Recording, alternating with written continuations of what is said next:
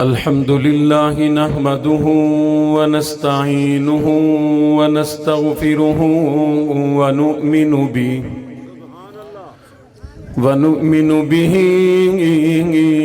ونتوكل عليه ونعوذ بالله من شرور أنفسنا ومن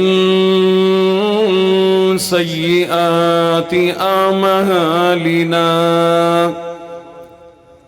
من يهده الله فلا مضل له ومن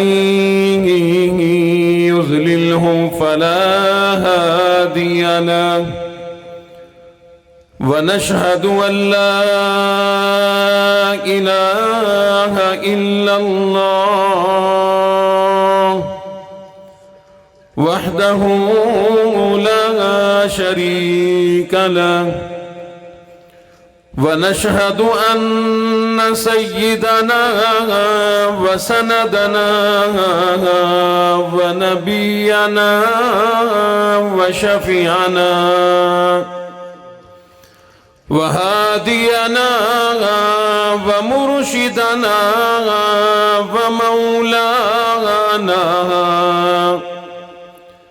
ومولانا محمدا عبده ورسوله أرسله بالحق بشيرا ونذيرا صلى الله تعالى عليه وعلى آله وأصحابه وأزواجه وذرياته وبارك وسلم تسليما كثيرا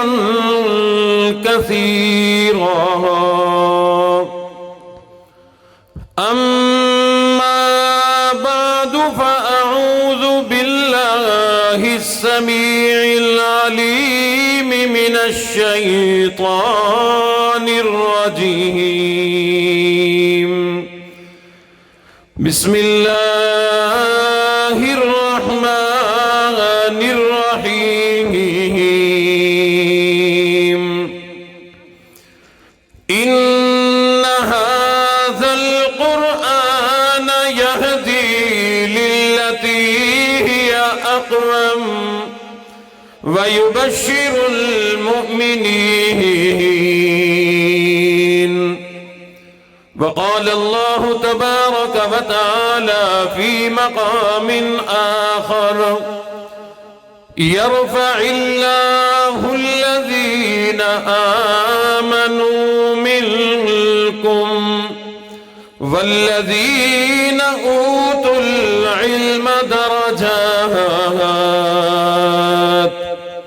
صدق الله مولانا العلي العظيم وبلغنا رسوله النبي الكريم ونحن على ذلك لمن الشاهدين والشاكرين والحمد لله رب العالمين.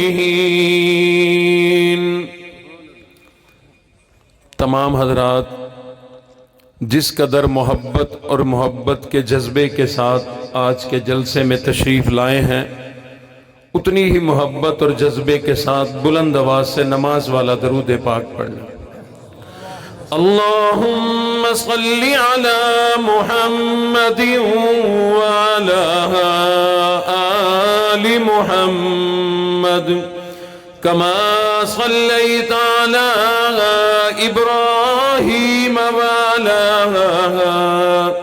آل إبراهيم إنك حميد مجيد. اللهم بارك على محمد وعلى آل محمد كما باركت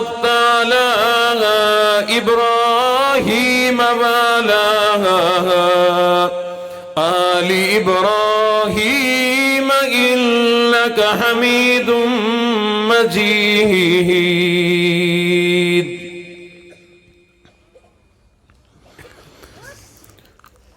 دنیا کے شاعروں کا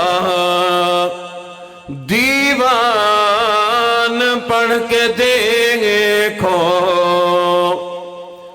دنیا کے شاعروں کا دیوان پڑھ کے دیکھو، پھر اس کے بعد رب کا قرآن پڑھ کے دیکھو. آنکھیں بھی ہوں گی روشن، دل بھی بنے گا گلشن. آنکھیں بھی ہوں گی روشن، دل بھی بنے گا گلشن.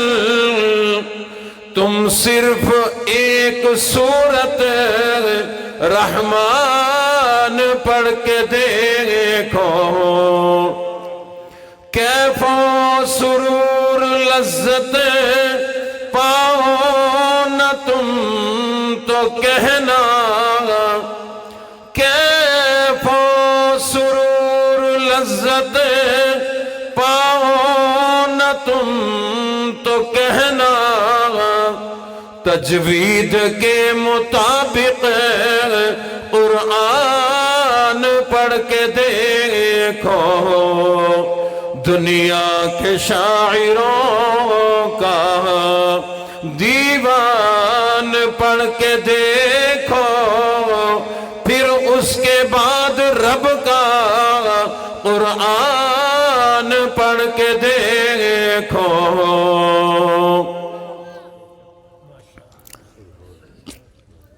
قابل ذی وقار حضرات، علماء اکرام، طلباء اعزام، محترم بزرگوں، غیور نوجوانوں،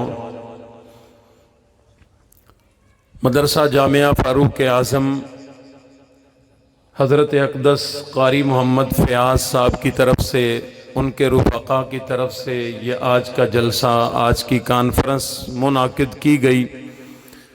اللہ رب العزت اس مدرسے کو دن دگنی رات چگنی ترقی نصیب فرمائے. حضرت قاری فیاض صاحب، ان کے اساتذہ اور جتنے بھی رفقا تندہی کے ساتھ، محنت کے ساتھ کام کر رہے ہیں، اللہ سب کو جزائے خیر عطا فرمائے. آپ تمام حضرات آج کی اس محفل میں جہاں اللہ کا قرآن سننے آئے، حمد و نعت سننے آئے، وہی اس مدرسے کی طلباء کی دستار بندی کی خوشی میں بھی آپ حضرات یہاں تشریف لائے. اللہ رب العزت آپ تمام حضرات کو جزائے خیر عطا فرمائے. ٹائم ڈھیر سارا گزر گئے، تھکے تساں ہی بیٹھے ہو، تھکا میں ہی بیٹھا ہوں. تساں والی تازہ دم ہو سو، ساڈے نال بڑی زیادتی تھیندی ہے. ساکو بندے آدھن بھجو بھجو جلدی مغرب بھی تھان پڑھو. اسا منت کریں دے ہیں کاری صاحب اشاہ ہی تھا یان پڑھے سوں، جڑے ویلے پہنچ دے ہیں آدھن بہ ونجو. میں کہ چلو ایک تکیہ تا دیو، آدھے تکیہ بھیجے دے ہیں. ادھا گھنٹہ تکیہ نہ آیا تو والا دن سٹیج تے آ ونجو. تساں تلے سوکھے ہوندے ہو، نرم زمین ہوندی ہے. مولویاں کول پوچھو کراڑی جاتے بیٹھن، جنہ کو تساں سمجھتے ہو سو نا کہ ماشاءاللہ بڑے سٹیج تے بیٹھن، خوش بیٹھن. ایک کلین چاہو تلو لکڑ دا پھٹا نکل سی. 3 گھنٹے ڈی کو ڈیرہ اسماعیل خان سٹیج تے بہ آیا تے 1.5-2 گھنٹے اتھاں بھی بیٹھے ہیں. تے بس تواڈی دعائیں ہیں، تساں جڑا خوش تھیندے ہو، سبحان اللہ آدھے ہو، دلوں دعا دیندے ہو، بس سارے حوصلے ود ویندن. ورنہ روزانہ 3 گھنٹے یوں پھٹے پہ بیٹھنا، انسان سوچتا ہے اس سٹیج سے بہتر ہے میں مجمع میں آ جاؤں، وہاں آسانی ہے. تو بہرحال اللہ رب العزت آپ حضرات کی بھی اس قربانی کو قبول فرمائے. جنہوں نے محنت کر کے یہ پروگرام منعقد کیا ان کی محنتوں کو قبول فرمائے. آنے والے تمام مہمانان گرامی کا وقت نکالنا اللہ اپنی بارگاہ میں قبول فرما کر بدلے میں دنیا میں اللہ برکتیں عطا فرمائے، آخرت میں جنتیں عطا فرمائے۔ قابل ذی وقار سامعین، اللہ رب العالمین کی ہم لوگوں پر بے شمار نعمتیں، انعامات اور احسانات ہیں جن کی ہم گنتی نہیں کر سکتے۔ اللہ نے قرآن مجید میں خود فرمایا میرے احسانات اتنے، وَإِن تَعُدُّوا نِعْمَةَ اللَّهِ لَا تُحْصُوهَا، میری نعمتیں تم پر اتنی ہیں گنتی کرنا چاہو تم گنتی نہیں کر سکتے۔ اللہ نے ہمیں یہ زندگی عطا فرمائی، اشرف المخلوقات بنایا، آنکھیں دی دیکھ سکتے ہیں، کان دیے سن سکتے ہیں، زبان دی بول سکتی ہے، اللہ نے رہنے کے لیے اچھا گھر دیا، بیوی اور بچے دیے، اماں ابا دیے، بہن بھائی دیے، مشکل وقت کے لیے دوست اور رشتہ دار دیے، اللہ نے دولت دی، شہرت دی، عزت دی۔ رب کائنات نے صحیح فرمایا کہ نعمتیں اتنی ہیں تم گنتی نہیں کر سکتے۔ لیکن خاص طور پر اللہ نے دو نعمتیں ہمیں بڑی قیمتی عطا فرمائی۔ ایک ہے یہ ہمارا جسم، ہماری جان، یہ بڑی قیمتی، اتنی قیمتی بعض اوقات ہم جان بچانے کے لیے اپنا مال قربان کر دیا کرتے ہیں۔ اللہ نہ کرے راستے میں جا رہے ہو، ڈاکو آ گیا، کوئی لٹیرا آ گیا، پستول نکالی، ابھی وہ بولا نہیں تم نکال کے کہتے ہو یہ لو مال چاون میری جان چھوڑ ون۔ اللہ نہ کرے کسی کے ساتھ ایسا ہو۔ اللہ جان کی بھی حفاظت فرمائے، مال کی بھی حفاظت فرمائے۔ اس کی ذرا رپیٹ کم کر دیں، رپیٹ ہی کو تھوڑی سی کم کر دیں، آواز ہے تو کھول دیں۔ جان اتنی قیمتی کہ اس کے لیے ہم مال قربان کر دیتے ہیں، بڑی اچھی بات ہے، یہ جان بڑی قیمتی ہے۔ اس جان کی حفاظت کرنی بھی چاہیے، کرتے بھی ہیں اور کرنے کا حکم بھی ہے۔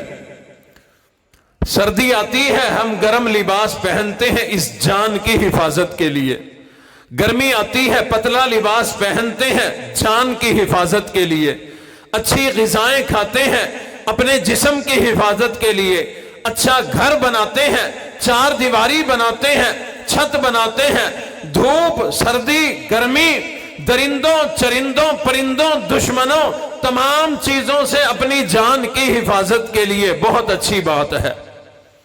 اللہ نے ہمیں یہ جان عطا فرمائی بڑی قیمتی، اور اس جان سے بھی اللہ نے ایک قیمتی نعمت عطا فرمائی جو اس جان سے بھی زیادہ قیمتی، اسے ایمان کہا جاتا ہے۔ اللہ نے ہمیں ایمان کی دولت سے مالا مال فرمایا۔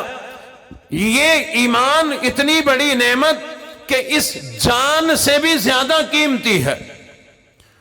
جس طرح سے ہم لوگ اپنی جان کی حفاظت کیا کرتے ہیں، ایمان کی بھی حفاظت کرنی چاہیے۔ ہم لوگ اپنی جان کو بچانے کے لیے مال قربان کر دیا کرتے ہیں۔ واقعی ہر آدمی سمجھتا ہے یہ جان بڑی قیمتی ہے، اور لوگوں اس ایمان کی بھی ہم نے حفاظت کرنی ہے۔ یہ ایمان اتنا قیمتی، اللہ نہ کرے کبھی ایمان پہ مسئلہ آن پڑے، ایمان بچانے کے لیے اگر جان بھی دینی پڑے جان بھی دے دیں گے، لیکن ایمان کی حفاظت کریں گے۔ یہ ایمان ہمارا جان سے بھی زیادہ قیمتی۔ میری دعا ہے اللہ رب العزت ہر مسلمان کی جان کی بھی حفاظت فرمائے، ایمان کی بھی حفاظت فرمائے۔ ہم لوگ اپنی جان کی حفاظت کے لیے اپنے گھر بنایا کرتے ہیں، اپنی برادری میں اکٹھے رہا کرتے ہیں اس جان کی حفاظت کے لیے۔ میرے محترم دوستو، یاد رکھنا بعض اوقات یہ ہمارے گھر برادری دوست احباب مل کر بھی ہماری جان کی حفاظت نہیں کر سکتے، ایمان کی حفاظت نہیں کر سکتے۔ اپنا گھر بھی بعض اوقات اپنی جان کی حفاظت نہیں کیا کرتا، گھر سے باہر نکلنا پڑتا ہے، کسی محفوظ جگہ پر جانا پڑتا ہے۔ یہ بالکل صحیح طریقہ میرے اللہ نے بھی قرآن مجید کے اندر ہمیں یہی بات سمجھائی، جب جان ایمان کے دشمن پیدا ہو جائیں تو پھر تمہارا گھر حفاظت نہیں کرے گا، باہر نکلنا پڑے گا۔ مولا کہاں جانا پڑے گا؟ اللہ نے قرآن مجید میں کئی ساری ایسی باتیں سمجھائی ہیں، صرف 2 باتیں کرتا ہوں۔ قرآن مجید میں ایک بڑا تفصیلی واقعہ ہے، میں اختصار کے ساتھ بتاؤں گا۔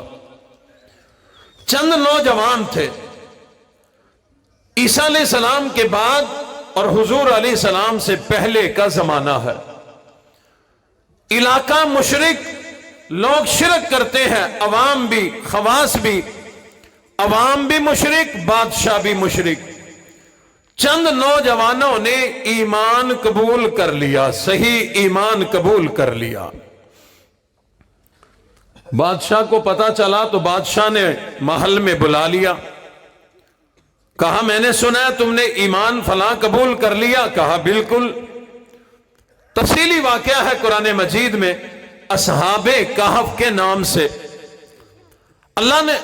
اللہ نے بڑی تفصیل سے اور اپنی قدرت کا شاہکار یہاں پر ارشاد فرمایا۔ وہ بادشاہ کہنے لگا میں نے سنا ہے تم نے ایمان قبول کر لیا۔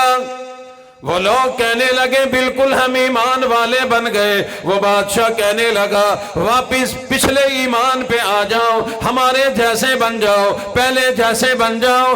اگر یہ ایمان نہ چھوڑا تو میں تمہاری جان لے لوں گا، تم جان سے جاؤ گے، تمہیں قتل کرا دیا جائے گا۔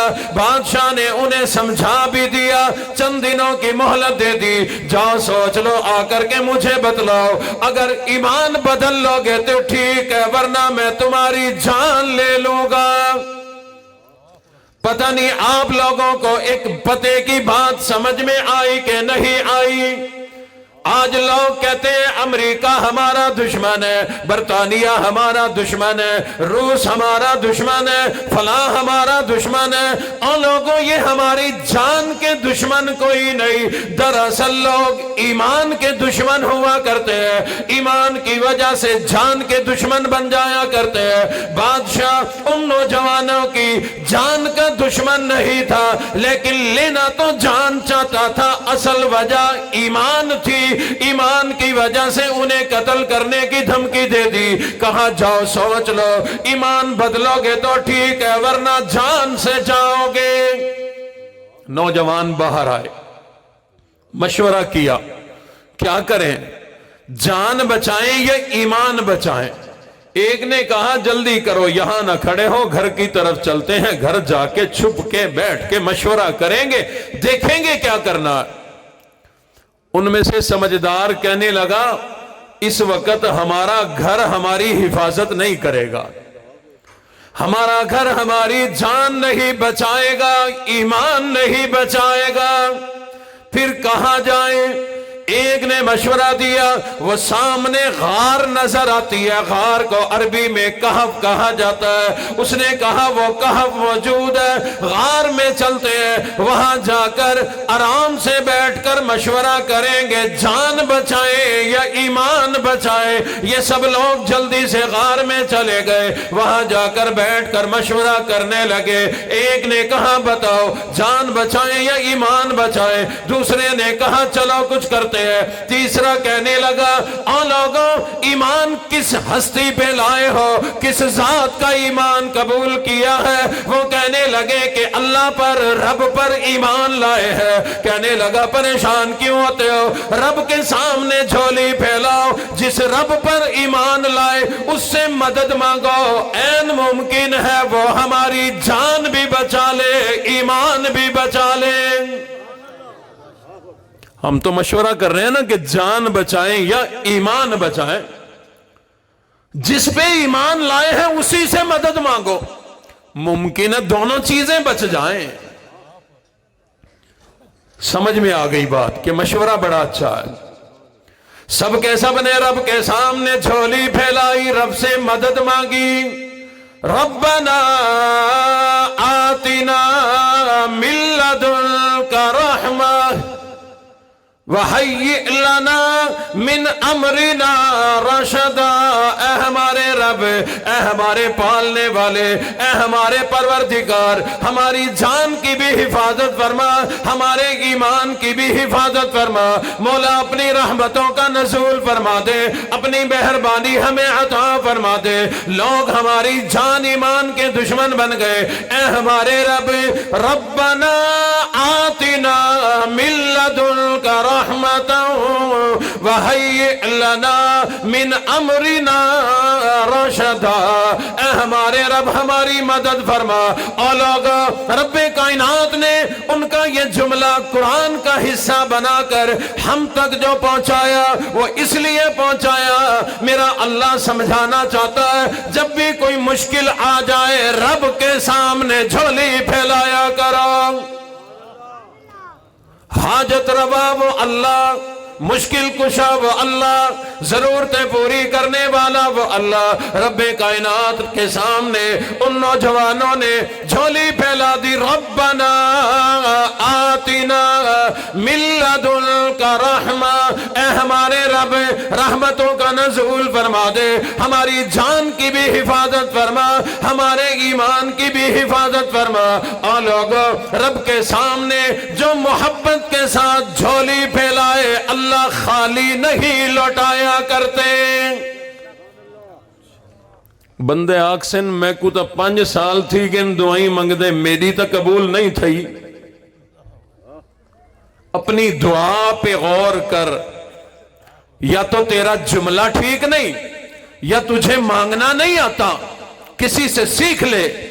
یا تو زبان پہ جملے اچھے کوئی نہیں مانگنے والے, یا پھر تو مانگ ہی نہیں رہا. دعا ہے, دعا ہے. اگر ناراض نہ تھی وہ ایک گال سمجھاواں. کچھ بندے تو پہلے ناراض بیٹھے ہیں ایڈوانس. جنہوں مفتی صاحب آسن تو اکوں کلام اپنا سنے سن, اشعار سنے سن, وال تو رہا کیا بنسی ہونے نال تو اکوں نیند رہے. جڑے ویلے مفتی صاحب آسن کلام پڑھ سن ایویں باسو جی میں ہون بیٹھے ہو. اگر ایویں باسو وال تیار تھی ونجو. مفتی صاحب کئی ویلے غصہ ہی کر ویندن, کئی شے کٹ مرے سن تو اکوں.